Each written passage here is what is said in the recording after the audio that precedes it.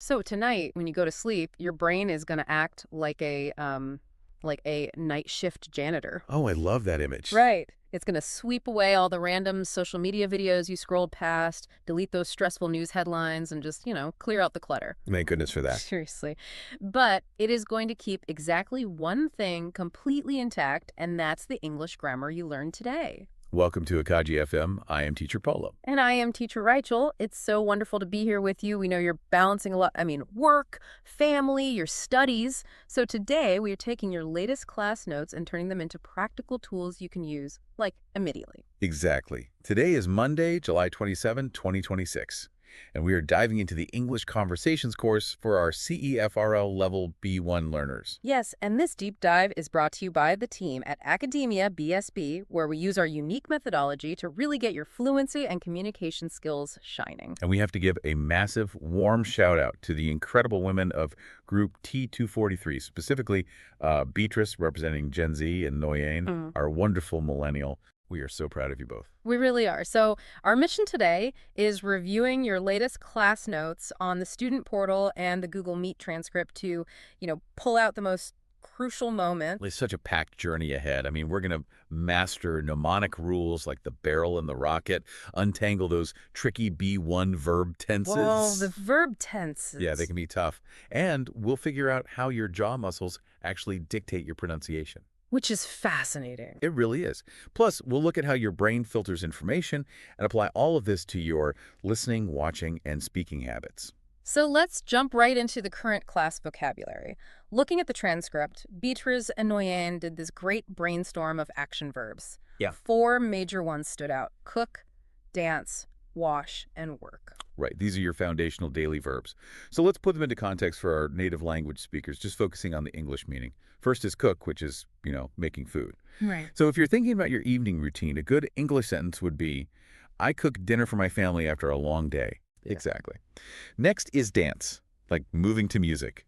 I love to dance in the kitchen while I make breakfast. Dance. Okay, dancing in the kitchen works. I do that.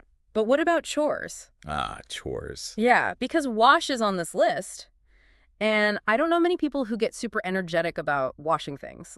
I wash my car on Saturday mornings. Wash. Very practical. And then there's work, meaning, your job or putting in effort. I work hard to achieve my academic goals. Work. And we can easily expand this with words from the exact same grammatical class. Think of clean or prepare. Yeah, but okay, the challenge here is the sheer volume. Oh, absolutely. It's great to know these verbs, but how do you keep them all straight in your head without getting completely overwhelmed? Staring at a vocabulary list just feels, impossible. Because it is impossible. Honestly, rote memorization of list, it just does not work for adult learners. Thank you. Yes. The secret is creating a personal sentence for each word. When you write a sentence that relates to your actual life, like your specific job or your specific kitchen, you signal to your brain that this information has real-world value. You give it an emotional anchor. Precisely. You give it an anchor, and that prevents the overwhelm. That makes a lot of sense. You anchor the present vocabulary to your current reality. But what about the past tense?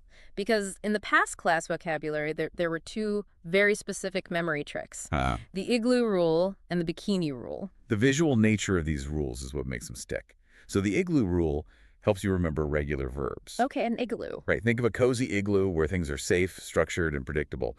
Regular verbs just add an ED to go into the past tense. Nice and safe inside the igloo. Exactly. But irregular verbs, they live outside the igloo, out in the wild. They're rebels. Total rebels. Yeah. They change their form entirely. Like the verb go completely transforms into went. Sing changes its vowel and becomes sang. Write shifts to wrote. They just refuse to follow the ED structure. And then the bikini rule handles a very specific spelling challenge, right? Yes, it does. So if a verb ends in a Y, like study, you have to drop the Y, take off the bikini strings, and replace it with IED. So study becomes studied. It gives you this clear mental image of taking something off before adding the new ending. It creates a vivid mental hook. Now, let's look at how these words actually sound in the mouth. Because the past class notes highlighted some really tricky phonetic distinctions. Oh, pronunciation is always a hurdle. It is. English vowel sounds can be incredibly subtle compared to the vowels in our native language, which are usually very open and clear. Yeah, the transcript highlighted 3 pairs that constantly trip up learners. First, the possessive her versus the location here. Right. Second, the choice word or versus the possessive are. And third, the pronoun they versus the possessive their. When you look at them on paper, they seem distinct. But when speaking quickly, they just blend if you aren't careful. It honestly reminds me of changing one tiny ingredient in a classic recipe. Like if you accidentally swap the salt for sugar in your homemade cheese bread. Oh, no. Right, you completely change the flavor and ruin the bread. In English, swapping her for here completely changes the meaning of the sentence. But how do we physically stop making that mistake? You really have to think about the physical tension in your mouth. Yeah. Almost like a rubber band. Okay, a rubber band. Yeah. So for the location here, your mouth is stretched tight into a smile, like a taut rubber band producing that sharp E sound. Here. Exactly. Huh. But for the possessive her, the rubber band is relaxed, your mouth drops open slightly, and the sound is softer, coming from the back of the throat. So here is tight, and her is relaxed. Wow, that physical awareness is so helpful. And actually, the current class notes dive even deeper into mouth mechanics with the elephant rule. Oh, I love this one. This is for conjugating the third-person singular in the present tense. For words ending in O, Z, double S, SH, CH, or X, you add an ES, not just an S. But like, why those specific letters? It's entirely about jaw mechanics. It is physically impossible for the human mouth to pronounce a plural S right after a sibilant SH or CH sound without adding a vowel break. Really? Yeah, try saying the word wash and just adding an S without the E. Okay, washes? Washes. You literally can't do it. It just sounds like a snake hissing. Right. Your jaw needs the vowel E to reset the sound. That is why the rule exists.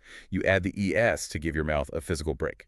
So wash becomes washes. She washes her clothes every weekend. Washes. Perfect. The rule suddenly makes sense when you realize your jaw literally demands it. So we have our vocabulary anchored and our pronunciation mechanics figured out. How do we start stacking these words into actual sentences? Well, Academia BSB uses two great systems for this: the barrel rule and the rocket rule. Let's start with the barrel rule. Okay, so the barrel rule organizes language into levels, like stacking a physical barrel. Level 1 is your subject pronouns: I, you, he, she, it, we, they. Got it. The base of the barrel. Exactly. Level 2 is the verb, to be in the present: Yeah. am, are, is. I am, you are, he is. Simple enough. And then level 3 covers the possessive pronouns: my, your, his, her, its, our, their. Okay, and then you have the rocket rule. This governs the simple present. Yes. You separate the verb to be, which acts as the rocket, from all the other action verbs, which are the launch pad. They behave completely differently when you form questions or negative sentences, so they just have to be kept apart. Exactly. Let's role play this so you can hear how it sounds.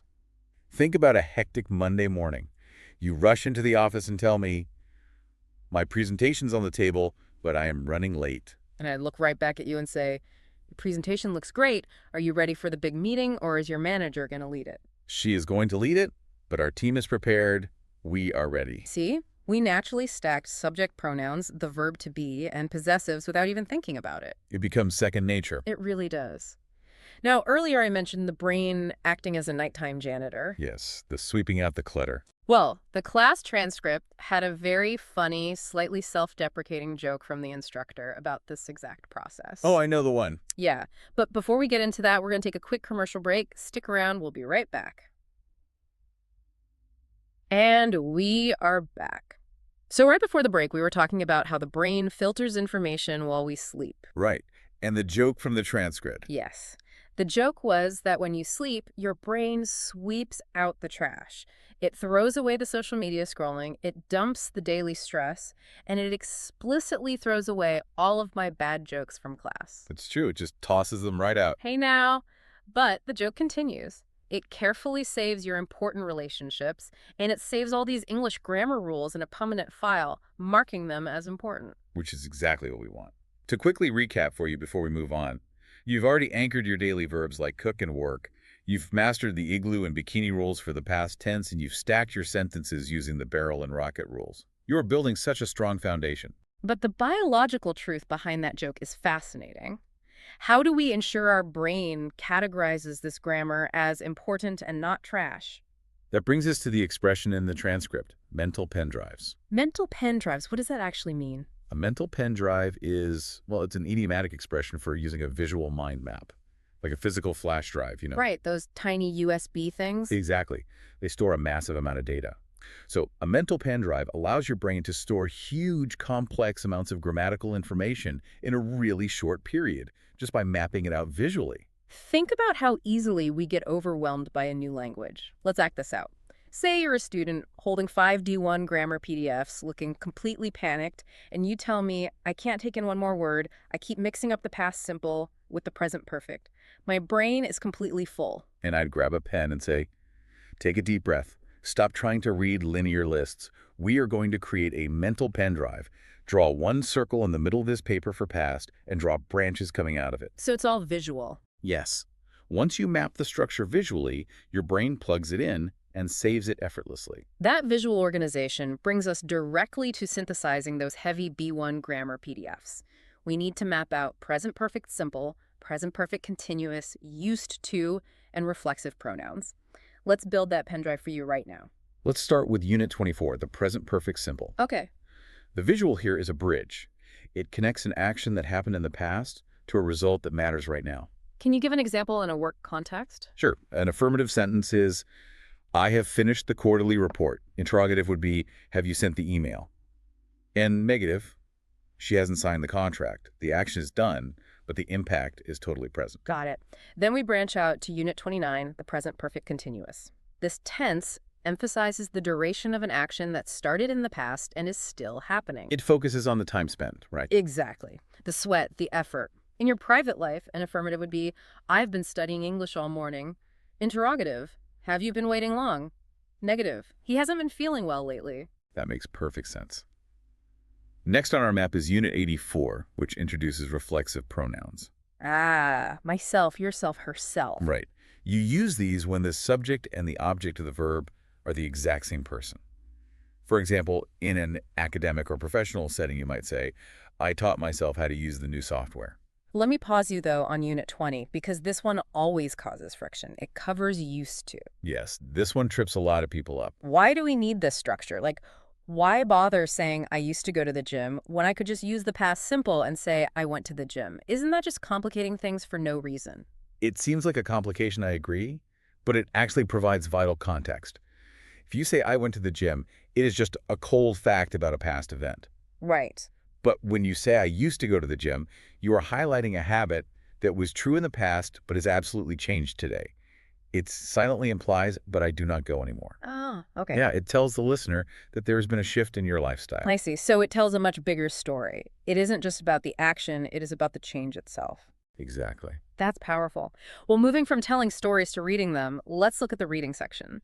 The text in Unit 29 captures a very relatable slice of life. It really does. It reads, at about 8 o'clock in the evening, a neighbor called to ask if we could stop drilling, as he wanted some peace.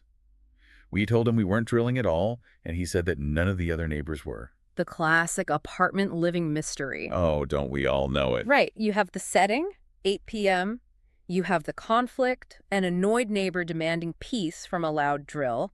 You have the action, the phone call, and then the twist. The narrator isn't drilling and nobody is drilling. It is a brilliant exercise because it leaves the narrative hanging. It forces the student to understand the context. What else could have been written here? Well, if we expand on this, perhaps the noise was a city construction project echoing off the concrete. Or, maybe an old washing machine vibrating against the wall. Oh, those are worst. They really are. But it requires the reader to grasp the ongoing annoyance, which, not coincidentally, is a perfect real-life scenario. To use the present perfect continuous tense we just mapped out, like, that noise has been bothering me all night. See how it all connects? Reading helps you absorb the narrative, but to tell your own story, you have to write it out. That brings us to the writing homework assignment. The task was to write 5 questions using the verb to be in the present, 5 with other verbs in the present, and then repeat that whole process for the past tense. This exercise is the manual application of the rocket rule we talked about earlier. You are actively forcing your brain to separate the structures. Right. For Beatrice, our Gen Z student, a customized present tense question with the verb to be might be, are you ready to launch the new marketing campaign?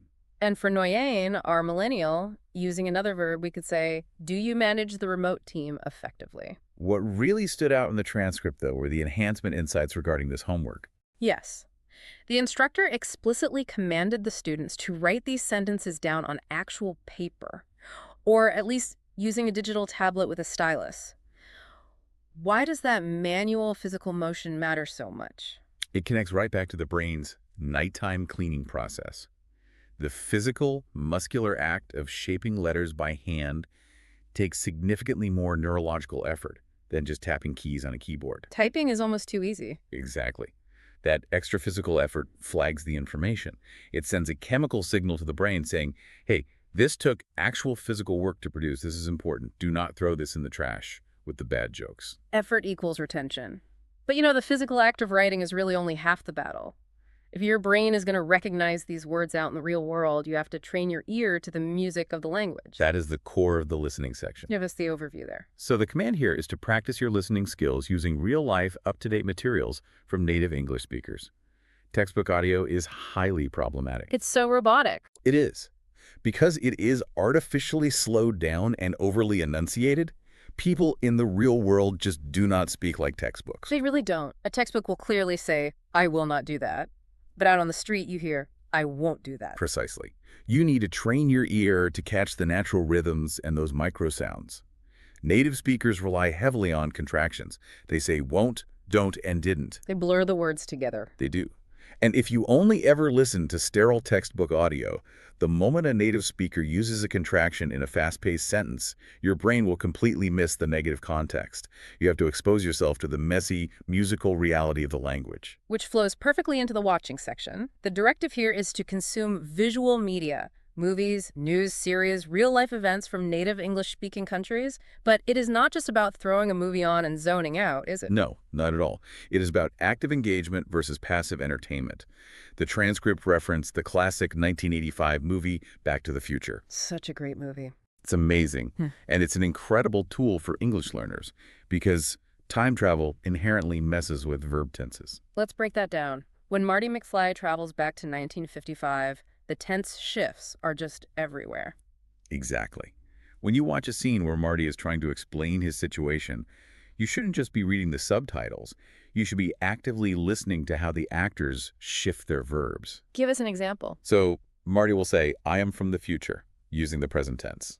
Then he will say, I was born in 1968, using the past tense to describe something that hasn't happened yet in the 1955 timeline. Oh, wow. That's a mind bender. It is. And then Doc Brown will say, you will be stuck here, using the future tense. That is true active listening. You are hunting for the grammar rules hidden right inside the entertainment. Exactly. And moving from hearing those tense shifts to actually producing them yourself, well, that brings us to the final hurdle, the speaking section. The primary purpose of this section is not just intellectual understanding. It is about building physical muscle memory in your mouth, your jaw, and your vocal cords. Yeah. You have to train your body to form these unfamiliar sounds without hesitation. The oral practice text in the transcript focuses heavily on rhythm and pacing. Let's demonstrate how you should read this out loud at home. Okay. We're going to read it slowly, focusing on the cadence. I will take the first line. Are you a woman? We're happy at your last job. Notice the rhythm there. It is about feeling the vibration in your chest and throat, getting comfortable hearing your own voice speaking a foreign language. It is about claiming space with your voice. Yes, claiming space. And that idea of claiming space feels like the absolute perfect way to wrap up today's deep dive. Considering our audience of adult female students who are striving for fluency, independence, and career growth, there is a piece of literature that echoes this journey beautifully. Yes. In 1929, the iconic English writer Virginia Woolf published a revolutionary essay called A Room of One's Own. Her core argument was that for a woman to write fiction, she must have money and a room of her own. Which was a radical thought at the time. Completely radical. But modern critics recognized that she wasn't just talking about writing novels. She was talking about the profound, vital importance of women having financial independence, physical space, and the mental clarity required to focus on their own intellectual growth. To study, to create, to master a new language, you need that room of your own, finding that time in your busy schedule to sit down, to manually write out your mnemonic rules, to build your mental pen drives, and to practice your pronunciation out loud. Well, that is an act of empowerment. It truly is. English is just a mechanical tool. It is a framework of verbs, pronouns, and jaw mechanics. But your unique voice, your life experiences, your goals, That is the substance. That is what actually matters. The language is simply the bridge that helps you share your voice with the wider world. Which brings us perfectly back to the core philosophy of Academia BSB. Keep claiming your space, keep practicing those verbs, and always remember the ultimate goal of everything we discussed today. It's not only about the language, it's all about communication. Thank you so much for joining us this morning. Keep up the amazing work, Beatriz and Oriane, and we will catch all of you on the next Deep Dive.